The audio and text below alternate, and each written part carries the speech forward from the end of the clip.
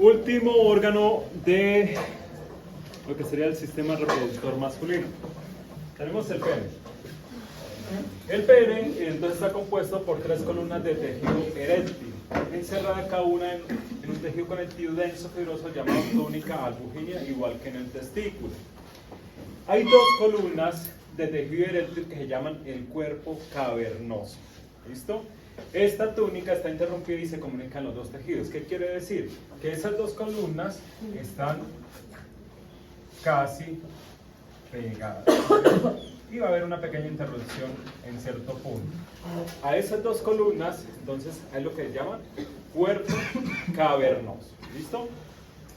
El cuerpo esponjoso aloja la porción peniana de la uretra. Entonces va a haber una tercera columna por acá abajo y esta va a alojar, perdón que haga la uretra así, pero bueno, este va a alojar la uretra peniana. ¿Listo? Cuerpo cavernoso, cuerpo esponjoso. Y ambas alrededor va a tener túnica albugínea. ¿Listo? Ok. Albuginia. Albuginia. Si quiere nombrar la U. Mira, ahí está. Cuerpo cavernoso, cuerpo esponjoso. Túnica albuginia. ¿Listo? Por fuera de la túnica albuginia, lo que están representando en amarillo corresponde al tejido conectivo denso irregular. La túnica albuginia también es irregular. Pero ¿qué es lo que pasa? En la túnica albuginia, a lo que van a encontrar ahí son sinusoides. ¿Qué son los sinusoides? Ya los hablamos ayer. Son los encargados de la producción de la adrenalina. No, los sinusoides están en la médula pero ahí es por donde envían la adrenalina y noradrenalina, que son pequeños capilares, recuerden, pequeños vasitos, esos son los sinusoides. Entonces esta zona va a tener esos sinusoides, pero acá sí vamos a encontrar la vascularización grande. Ahí está, por ejemplo, la arteria o las venas dorsales y otras venas y arterias de un tamaño menor. ¿Listo? Y por último, acá va a tener un revestimiento epitelial. Depende de la zona del pene, el epitelio cambia. Si estamos hablando de esta zona de abajo, el revestimiento epitelial es un epitelio estratificado escamoso queratinizado. Y va a haber presencia de folículos pilosos. ¿Listo? Folículos pilosos. Pero si cortamos la zona del glande, en esta zona es un epitelio estratificado escamoso, simplemente, no queratinizado. Quiere decir que ahí no hay folículos pilosos. ¿Listo? Entonces, ahí dependiendo del corte, en la foto puede salir queratinizado o no queratinizado, dependiendo en qué zona del pene lo cortaron exactamente. Bueno, esos serían todos los tejidos. El tejido eréctil en sí es esto que está representado en rojo. El resto también son puros sinusoides y alguno que otro vaso de un tamaño un poquito mayor. ¿Listo? Entonces, algunas venas y algunas arterias que traen la sangre. Y esta sería la fotografía real. Observemos. Miren, este está cortado en una zona más profunda, quiere decir que es epitelio estratificado escamoso queratinizado. Mire, este es un pequeño folículo piloso. Es el único que veo. Porque acá había otro. Mire, ahí está el folículo piloso. Entonces, epitelio estratificado escamoso queratinizado, tejido conectivo denso irregular. Túnica albuginia, túnica albuginia. Tejido eréctil, sinusoides venosos. Ahí están los sinusoides. Sinusoides, uretra peniana, porque estamos hablando del pene. Y bueno, ahí ya, eso es todo. En el cuerpo cavernoso no hay más sino tejido eréctil y los sinusoides. Y eso sería todo. Cuerpo esponjoso, cuerpo cavernoso, las 2 columnas de tejido eréctil. Fácil este órgano. Y acá estamos viendo entonces el cuerpo esponjoso. Mira, ahí están. Si ven los espacios que corresponden, ahí le llaman espacios vasculares, que son los sinusoides vasculares. Y acá tenemos la uretra. En este caso, observen que el revestimiento epitelial de esa zona de la uretra peniana es un epitelio pseudoestratificado.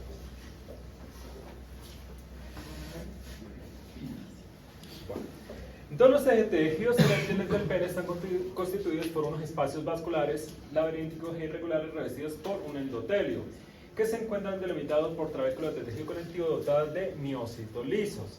Los miocitos son los elementos contráctiles de toda musculatura. Los cuerpos cavernosos y el cuerpo esponjoso contienen espacios sanguíneos irregulares y comunicados llamados sinusoides, que son irrigados por una arteria y drenados por canales venosos. Entonces, durante la erección, la sangre arterial llena los sinusoides, aumentando de tamaño y comprime los canales de retorno venoso. ¿Qué quiere decir? El pene se llena de sangre y eso hace que las paredes de las venas se contraigan, ¿cierto? Evitando que la sangre retorne. ¿Listo? Entonces, dos sustancias químicas controlan la erección, el óxido nítrico y la fosfodiesterasa. Eso sería entonces todo lo del sistema reproductor masculino. Vamos por el sistema reproductor femenino. Tenemos ovarios, trompas de falopio, útero, vagina y órganos externos, que estos vamos a ver, glándulas mamarias y uno pues que no hace parte del sistema reproductor, pero se da en la fecundación, que sería la placenta. Tenemos los ovarios. Es el lugar donde se desarrollan los ovocitos para luego ser liberados en las trompas de falopio. Además, en los ovarios se producen estos dos tipos de hormonas: progesterona y los estrógenos. Bueno, los ovarios entonces están revestidos por un epitelio cúbico simple. Antiguamente se le llamaba epitelio germinativo, ¿cierto?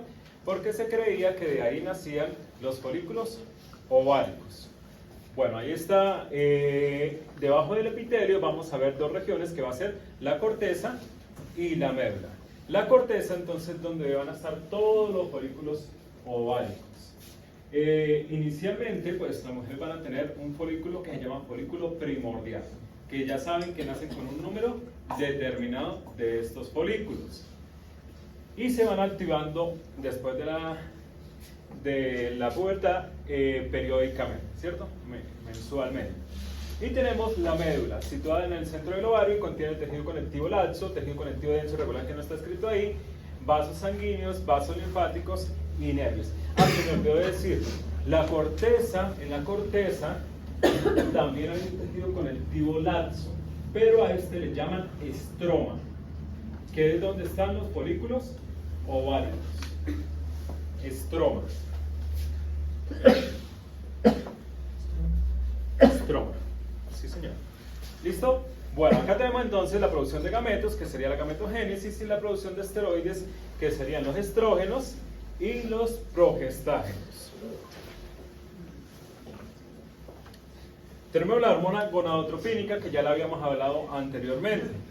Esta estimula lo que es la pituitaria anterior para la liberación de la hormona folículo estimulante y la hormona luteinizante, que causa que los ovarios liberen estrógeno y la progesterona. Bueno, entonces vamos a ver cada una de las etapas del folículo ovárico. Entonces tenemos el epitelio, ya saben que es un epitelio cúbico simple, en este caso no le llaman mesotelio, pero es un cúbico simple. Tenemos acá el estroma, que sería el tejido conectivo, y en él están los diferentes folículos ováricos. El que están representando ahí en blanco corresponden a los folículos primordiales, que son los que se van a ver en mayor cantidad en un ovario, que son los iniciales. Y posteriormente, si el ovario está activo, pues vamos a encontrar algunos folículos ováricos en diferentes estados de maduración. Ahí la médula, sitio por donde va a entrar el hilio, que ya saben, vasos sanguíneos, vasos linfáticos, nervios, tejido conectivo, para irrigar el órgano. Bueno, ahora sí vamos a empezar, igual que en el testículo, acá vamos a identificar cada uno de los folículos ováricos, pero a diferencia del testículo, que cada vez la célula se hacía más pequeña, aquí es el contrario, cada vez el folículo se va a ver más grande. Vamos a iniciar con el folículo primordial, que sería el más pequeño de todos. Va a tener el ovocito, que sería el óvulo, ¿sí? El ovocito con su núcleo, su citoplasma, y va a tener una capa de células achatadas o aplanadas, como si fuera un epitelio simple plano. Mire, ahí la hace muy gruesa, pero observen cómo se ve al microscopio. Se ve totalmente achatadas. Ya a este estado se le llama folículo primordial. ¿Listo? Esa sería la primera etapa, la etapa inicial del folículo. Bueno, ¿se activó alguno de estos? Paso a la siguiente etapa. La siguiente etapa se le llama folículo primario. El folículo primario va a tener su ovocito, igual.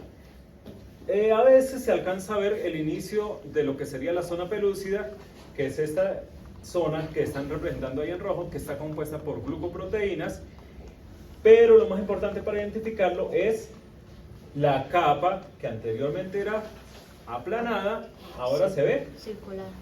cúbica. Ajá. De células foliculares que hacen parte del folículo. Exactamente. Entonces, a este se le llama folículo primario. Y observen el tamaño, ¿se ve igual? No. Se volvió más grande, tanto el ovocito como toda la estructura en general. ¿Listo? Folículo primario. Folículo primario multilaminar. Va a tener el ovocito. Ya la zona pelúcida está definida.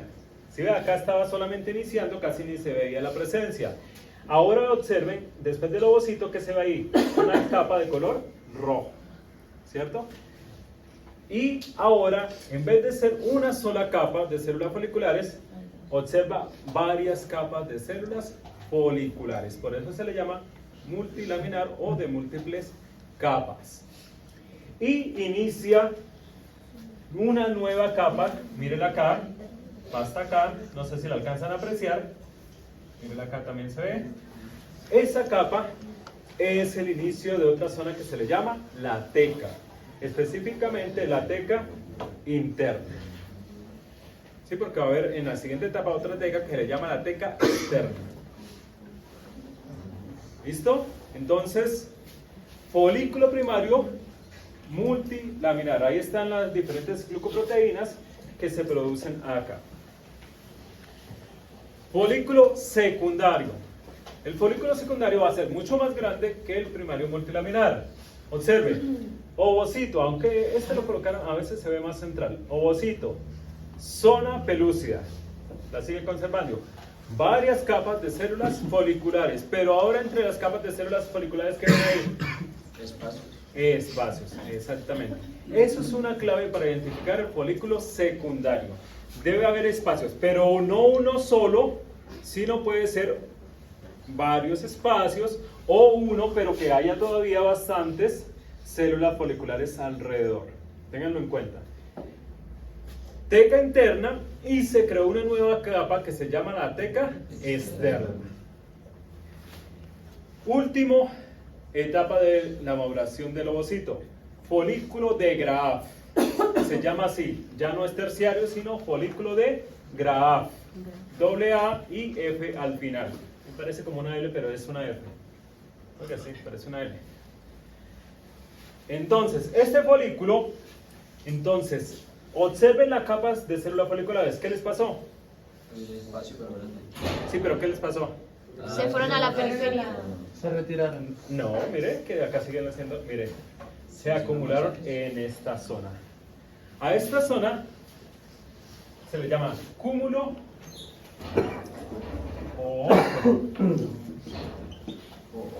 óforo. Creo que sí tiene desde ahí, sí. Ahí está. Cúmulo óforo o zona prolígera también le llaman. O cúmulo óforo, más fácil. Se acumulan en esta zona. El ovocito, observe que se va hacia esa zona. Solo quedan unas pocas capas de células foliculares alrededor. Se crea un espacio grande que se le llama antro. Y conserva su teca interna y su teca externa. Ya acá en esta etapa el folículo, el ovocito ya está listo para ser liberado. Entonces a esta etapa se le llama la etapa folicular. ¿Listo? Que es el crecimiento, desarrollo del folículo y la maduración del ovocito.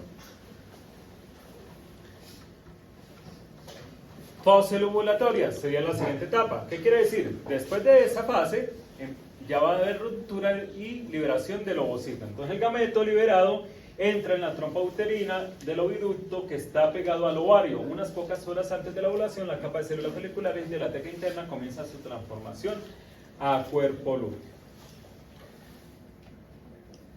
Observen. Entonces, ¿qué pasó? Rompió por donde estaba el cúmulo óforo, liberó el ovocito. El ovocito entonces va a ir con su zona pelúcida una capa de células foliculares que se llama corona radiada y se crea en él su primer cuerpo polar. ¿Listo? Hasta ahí llego yo porque ya el resto, me imagino que ya lo saben en embriología, ¿cierto? Que comienza su etapa de transformación después de ser fecundado. Si no es fecundado, pues, ¿qué pasa con él? Se degrada, ¿cierto? Desaparece. Pero acá, en histología, nos interesa esta parte. ¿Qué pasó acá? Este ovocito vacío, este folículo vacío, comienza la transformación en otra estructura que se le conoce como la fase lútea, o sea, con formación del cuerpo lúteo.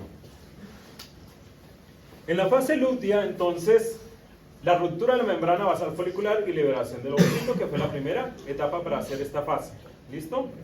Segunda, la invasión por vasos de la masa de células foliculares que antes era vascular. ¿Cómo así?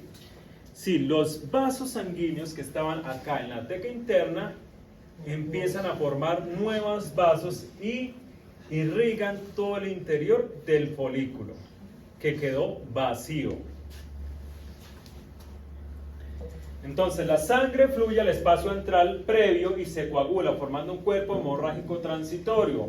El coágulo de fibrina es penetrado posteriormente por neoblastos o nuevos vasos que se le llaman geogénesis, fibroblastos y fibra de colágeno. Y posterior a eso, la transformación de las células. ¿Qué células? Pues quedaron algunas células foliculares y células de la teca. Entonces se transforman en células, acá las llaman células luteinizadas. En pocas palabras, células productoras de hormonas. Entonces, las células foliculares se convierten en células foliculares luteinizadas, muestran rasgos típicos de células secretorias de esteroides, o sea, de hormonas, cutículas de lípidos, quiere decir que son liposolubles, retículo endoplasmático bien desarrollado, mitocondrias con crestas tubulares, eso a nivel celular, secretan progesterona y estrógenos en respuesta a la estimulación por la hormona folículo estimulante y la hormona luteinizante. Y obtenemos esta estructura, observe que ni siquiera cabe en el campo visual, que es el cuerpo lúteo. O algunos también lo llamaban el cuerpo amarillo del ovario. Cuerpo lúteo. ¿Listo? Entonces, ¿qué es? Va a tener su teca externa. ¿Por qué?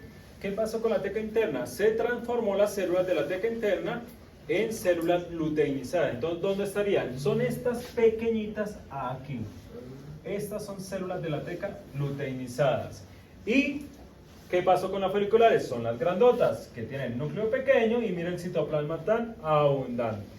Esas serían células foliculares luteinizadas o productoras de hormonas. Y obviamente vasos sanguíneos que provienen de donde estaba la teca interna, que ahora están dentro, por donde se van a enviar las hormonas. Y eso se llamaría entonces el cuerpo lúteo. Eso serían entonces todas las etapas. De todas esas etapas, todas las tengo. O sea, no vamos a obviar ninguna. Hay primordiales, primario multilaminar, secundario, de Graf y cuerpo lúteo. Va a ser fácil cuando las veamos al microscopio porque la más pequeñita es el folículo primordial, pero no es tan pequeño como una célula del sistema reproductor. Estas son bastante notorias, son bastante grandes. Bueno, funciones de las hormonas entonces que se producen acá, por eso no las nombré cuando estábamos hablando de las hormonas de la glándula suprarrenal. Tenemos los estrógenos. Desarrollan genitales internos y externos femeninos. Desarrollan caracteres sexuales secundarios femeninos. Estimulan la proliferación de las células epiteliales y estromales del endometrio. ¿Saben qué es el endometrio?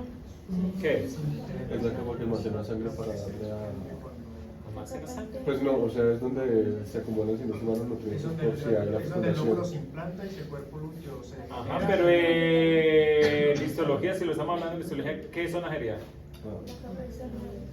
Ajá, que la sería... Vale, ¿sí? Sería la primera capa del útero, donde estaría el epitelio y el tejido conectivo y sus glándulas.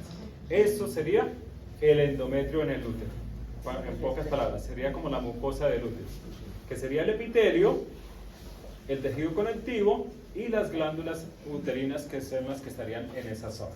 Entonces, en este caso, estimula la proliferación de las células epiteliales. Quiere decir que haya más abundancia de epitelio.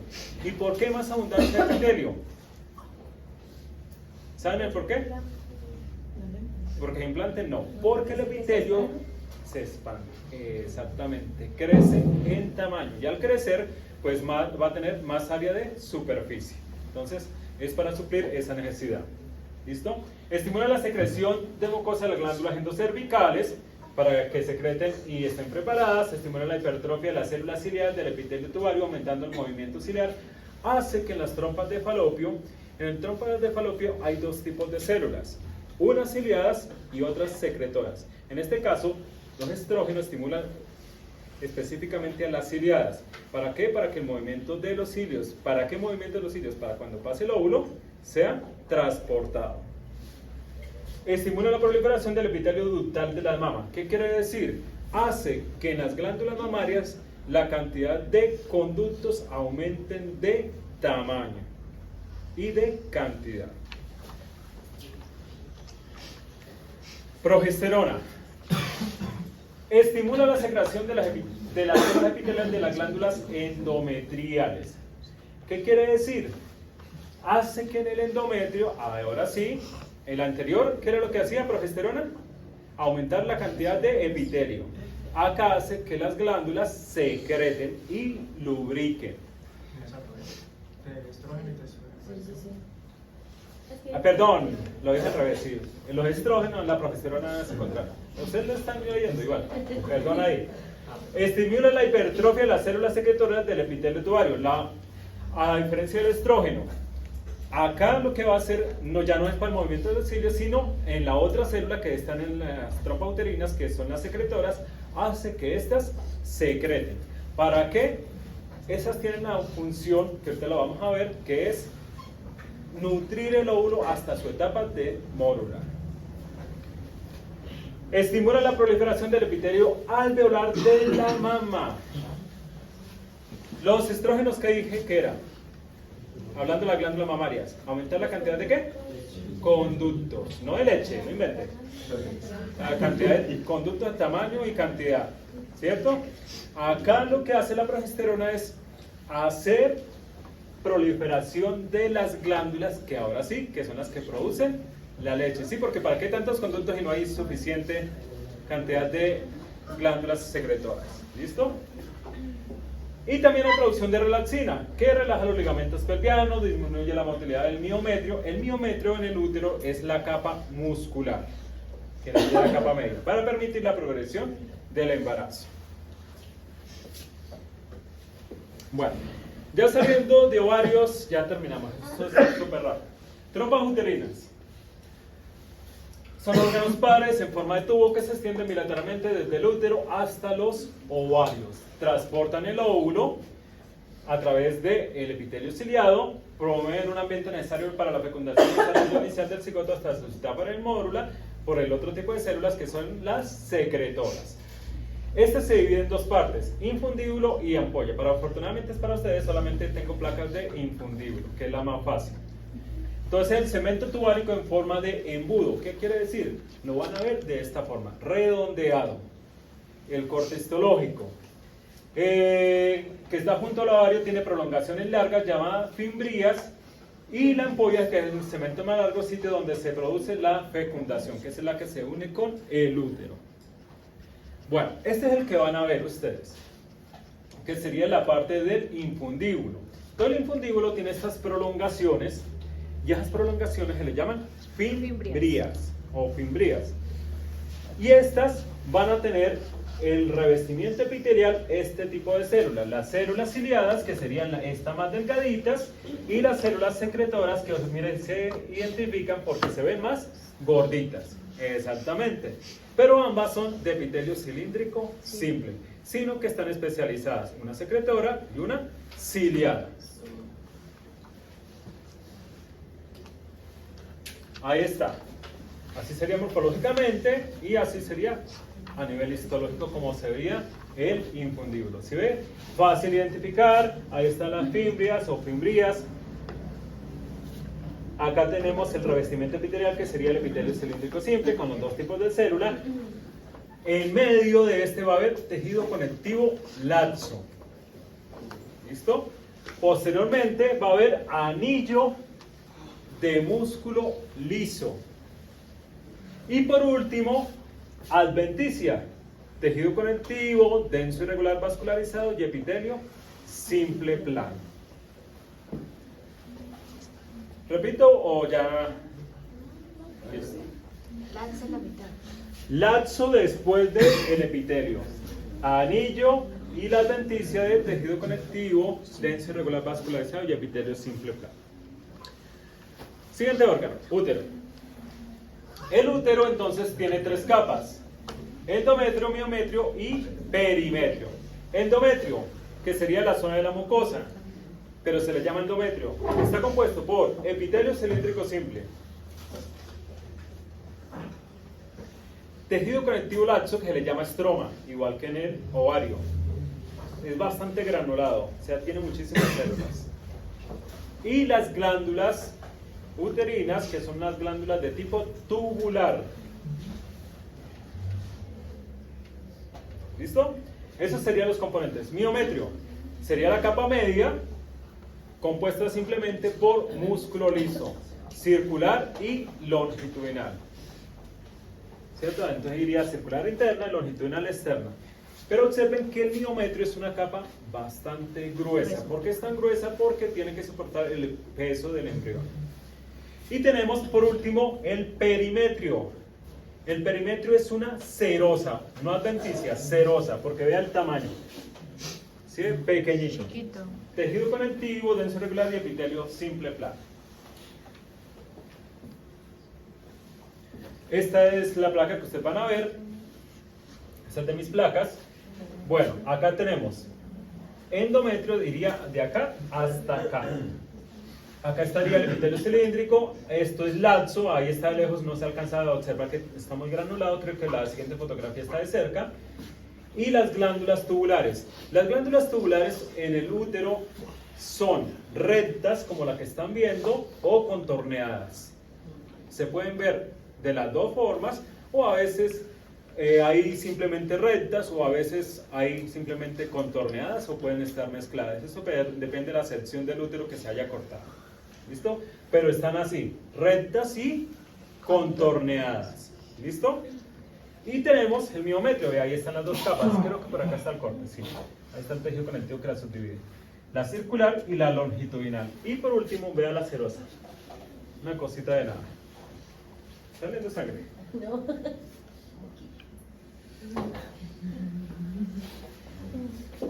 Bueno, acá tenemos, por ejemplo, un endometrio con glándulas en este tipo, son contorneadas. ¿Sí ven? Vean la forma. Todas estas son contorneadas. Mire el estroma, ahí sí se ve bien. Se ve bastante granulado. Acá está, creo que la comparación de las dos. Así, ahí está. Mire el estroma, se ve bastante granulado, rectas, y las contorneadas allá. Entonces se pueden ver de los dos tipos. Y el epitelio cilíndrico simple en la parte superficial. Bueno, acá durante el periodo de ovulación pues va a haber cambios en ese endometrio específicamente. Entonces, diferencia del endometrio durante un ciclo ovulatorio del que no se encuentra en periodo de ovulación. Los ciclos anovulatorios, o sea, cuando no se produce óvulo, no generan el cuerpo lúteo, ¿cierto? Porque no hay formación, no hay un folículo en crecimiento, no hay formación de este cuerpo lúteo, que es la única fuente de los progestágenos. En el endometrio, entonces, continuamente proliferativo bajo los efectos de los estrógenos nunca experimenta los cambios secretorios. ¿Qué quiere decir? Porque dije, la progesterona o los progestágenos, ¿qué es lo que hacen? Que las glándulas del endometrio secreten. Y si no secretan, ¿qué pasa? No hay lubricación del endometrio. Entonces, nunca ocurren los cambios secretorios durante los ciclos ovulatorios. Entonces, en consecuencia, el endometrio continuamente proliferativo se engrosa demasiado y se rompe y causa las menstruaciones irregulares. Que es lo que conocen como la regla. Bueno, ahí tenemos entonces las diferentes fases que vimos: fase folicular, ovulatoria, fase lútea, ¿cierto? Vagina. La vagina, entonces, canal que comunica con el exterior, conducto por donde entrarán los espermatozoides. La vagina está formada por las siguientes capas. La mucosa va a tener un epitelio estratificado escamoso no queratinizado. Ese sería su revestimiento epitelial. Va a tener tejido conectivo denso y regular, pero es elástico y colagenoso. ¿Por qué elástico y colagenoso? Porque esa zona tiene que expandirse para el momento del parto, ¿cierto? Entonces tiene que tener algo de fibras elásticas, tiene que tener elasticidad. Pero acá hay algo también, por favor, acá hay algo también que es muy común, que en esta zona hay abundante vascularización, sobre todo vénulas. Es lo que se va a ver en esta zona. ¿Listo? Bueno. Posteriormente está la capa muscular. Generalmente van a ver músculo liso, ¿cierto? Músculo liso. Ahí está una capa fibromuscular que tiene un poco base definido de músculo liso, después de forma circular, y una capa externa prominente de músculo liso organizado longitudinalmente. Pero en el extremo inferior de esta capa contiene también algo de músculo esquelético que se encuentra principalmente alrededor del intravaginal en la región del himen. Esa poquita parte de músculo esquelético le ayuda al momento para hacer fuerza, ¿cierto? Para las contracciones, para también el momento del embarazo.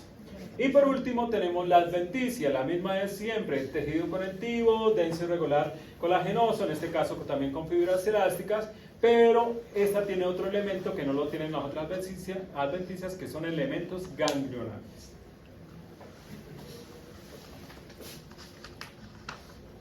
Bueno, acá tenemos entonces las dos plaquitas, los dos conductos que vamos a ver. Uretra, que ya la vimos, entonces esta ya no la vemos en este corte, sino vamos a centrarnos en vagina. La vagina, entonces, epitelio estratificado escamoso. Si vamos acá a la parte del tejido conectivo, denso, irregular, fibroelástico, mire, todos los espacios blancos corresponden a la vascularización que tiene, como ya les dije, muy vascularizado, sobre todo vénulas, y posteriormente la capa de músculo liso. Y por acá al final observen algo de músculo esquelético. Bueno, ahí está un acercamiento de la región del epitelio estratificado escamoso. Ahí están mostrándole la transición de epitelio cilíndrico simple a estratificado escamoso, ¿cierto? La transición ahí en la cervix, que provienen del útero a la vagina. Placenta. La placenta entonces se desarrolla a partir del tejido embrionario. También tiene un componente derivado del útero, que es la capa basal. Tenemos que la placenta tiene el amnios. El amnios en la placenta no es más que el epitelio cúbico simple que la reviste. Entonces está formado por el epitelio cúbico simple y capa subyacente de tejido conectivo. Esa capa de tejido conectivo que está debajo del amnios se le llama placa coriónica. Esa placa coriónica es bastante gruesa. ¿Qué quiere decir? Va a venir entonces el revestimiento epitelial cúbico simple, ¿sí? Y debajo va a haber una capa bastante gruesa que sería la placa coriónica. ¿Sí? Digamos todo eso. Ahora, ahí no está escrito, pero de la placenta, acá de esta placa se derivan algo que se llaman las vellosidades coriónicas. Ojo, este es el corte histológico, pero a nivel morfológico sería algo como esto. deriva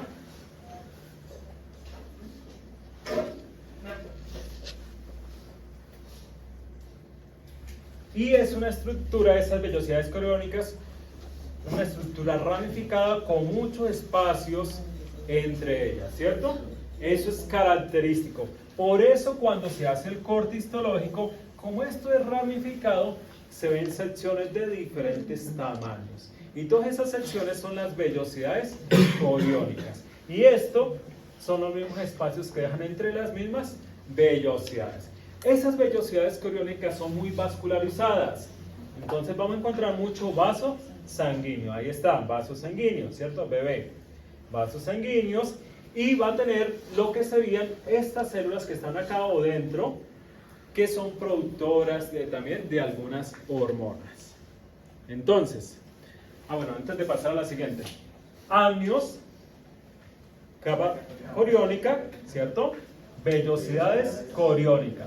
Obviamente, pues, puros vasos sanguíneos hay. Esos serían todos los elementos. ¿Qué hormonas entonces se van a producir acá? Tenemos la hormona gonadotropínica coriónica humana. Sí, muchas hormonas este corte. Comienza su síntesis alrededor del día sexto, estimula la glándula tiroides materna y secreción de la tetraiodotironina o tiroxina, que es ¿cierto? Producción de la somatomamotrofina coriónica humana o lactógeno placentario. Bueno, regula el metabolismo de la glucosa, estimula la proliferación de los conductos mamarios. También ayuda a que haya mayor cantidad de conductos. Factores similares insulina 1 y 2 producidos por los citotrofoblastos. Se me olvidó nombrar. En la placenta hay unas células que son los tofoblastos, citotrofoblastos y sincitiotrofoblastos. Pero no los vamos a identificar porque ahí se entremezclan. Factor de crecimiento epitelial en la placenta de la cuarta a quinta semana. Este es sintetizado por el citotrofoblasto que estimula la proliferación de los tofoblastos. Producción de relaxina, participa en el ablandamiento del cervix. Y producción de leptina, que es sintetizada por el sincitiotrofoblasto en el último mes de gestación. Regula el almacenamiento materno y transporte de sustancias nutritivas. Y terminamos con glándulas mamarias. Las glándulas mamarias, entonces, son glándulas sudoríparas apocrinas modificadas. La glándula adulta inactiva está compuesta de 15-20 lóbulos irregulares de glándulas tubuloalveolares ramificadas. ¿Qué quiere decir? Que estas glándulas son compuestas. Van a tener adenómeros ramificados y conductos ramificados, como pueden darse cuenta. Terminan en unos conductos de mayor tamaño, ¿cierto? Que van hacia el único conducto final, que sería el orificio por donde sale la leche. Miren, ahí están las ramificaciones, se unen con uno de mayor tamaño, esos de mayor tamaño se unen con el conducto final. Entonces, en la glándula mamaria vamos a ver los conductos con cúbico simple y cúbico estratificado, los de mayor tamaño. Son de tipo alveolar. ¿Listo? Son de tipo alveolar estas glándulas. Entonces, el conducto y el seno están revestidos por un epitelio cúbico estratificado y los conductos más pequeños están por un cúbico simple, como ya lo había nombrado. Las mamas crecen de tamaño al acumular de tejido adiposo y tejido conectivo hasta alrededor de los 20 años de edad. Durante la gestación, la placenta produce estrógenos, progesterona, prolactina por la adenohipófisis, glucocorticoides y somatotropina, que provocan un nuevo aumento para preparar las glándulas mamarias para elaborar la leche con la que alimentar al recién nacido. Bueno, entonces vamos a ver, esta placa ya no la tengo, entonces esta ya no saldría, saldría solamente la glándula mamaria activa. Esta es una glándula mamaria inactiva. ¿Qué quiere decir? Que no está afectada por las hormonas, no hay aumento de conductos, no hay aumento de glándulas. Entonces, por eso lo que se ve es tejido conectivo denso irregular, algo de tejido adiposo, que eso es común en las glándulas mamarias. Acá en medio de los conductos y las glándulas, algo de laxo, Y observen el tamaño y la forma de la glándula. ¿Sí ves? Bastante reducidos, bastante cerrados porque no están produciendo nada. La que van a ver ustedes sería algo como esta. Esta no es la que van a ver ustedes. Ya ahorita les muestro la fotografía de la que van a ver ustedes. La glándula mamaria lactante es que esta era la que está en el libro con la vaca. Observen la cantidad de adenómeros que se formaron. ¿Sí ves? Mayor. Mire que son de tipo alveolar. ¿Sí ven? Y va a tener conductos que no los veo. No sé si este es un conducto, no estoy seguro. Bueno, pero lo que quiero decir es que aumentó la cantidad de estructuras a diferencia de la otra que estaba en estado de reposo. Así, algo así es lo que van a ver. Me voy a mostrar la fotografía. Esta es la que ustedes van a ver. Observen. Mire el corte. Ojo. Esto que ven rosado debería estar hueco. Pero esta glándula mamaria la tomaron con secreción. Esto es leche. Entonces, por eso no se ve que sea alveolar, porque si le quitas esto, sí quedan los espacios. ¿Sí ves? Mire, ahí, esta está bonita. ¿Por qué? Porque observe, se ven las glándulas alveolares, ¿cierto? Se ve el tejido conectivo laxo. Se ve el conducto inicial, cómo está unido a las glándulas, cómo está ramificado y se une con un conducto de mayor tamaño. ¿Sí ven que esta es una glándula compuesta? ¿Listo? Por fuera hay denso irregular y también hay tejido adiposo. Esto está fácil porque, bueno, no tienen ahí que comparar entre dos tipos de glándulas. Solamente está esta que es la activa. ¿Cómo tomaron esa muestra esta noche? No sé por qué esta es la compré en Chile.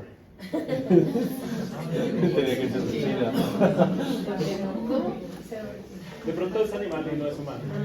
Se supone que muchas de las placas que yo compré son humanas, pero algunas pues, hay cosas que ellos no pueden conseguir.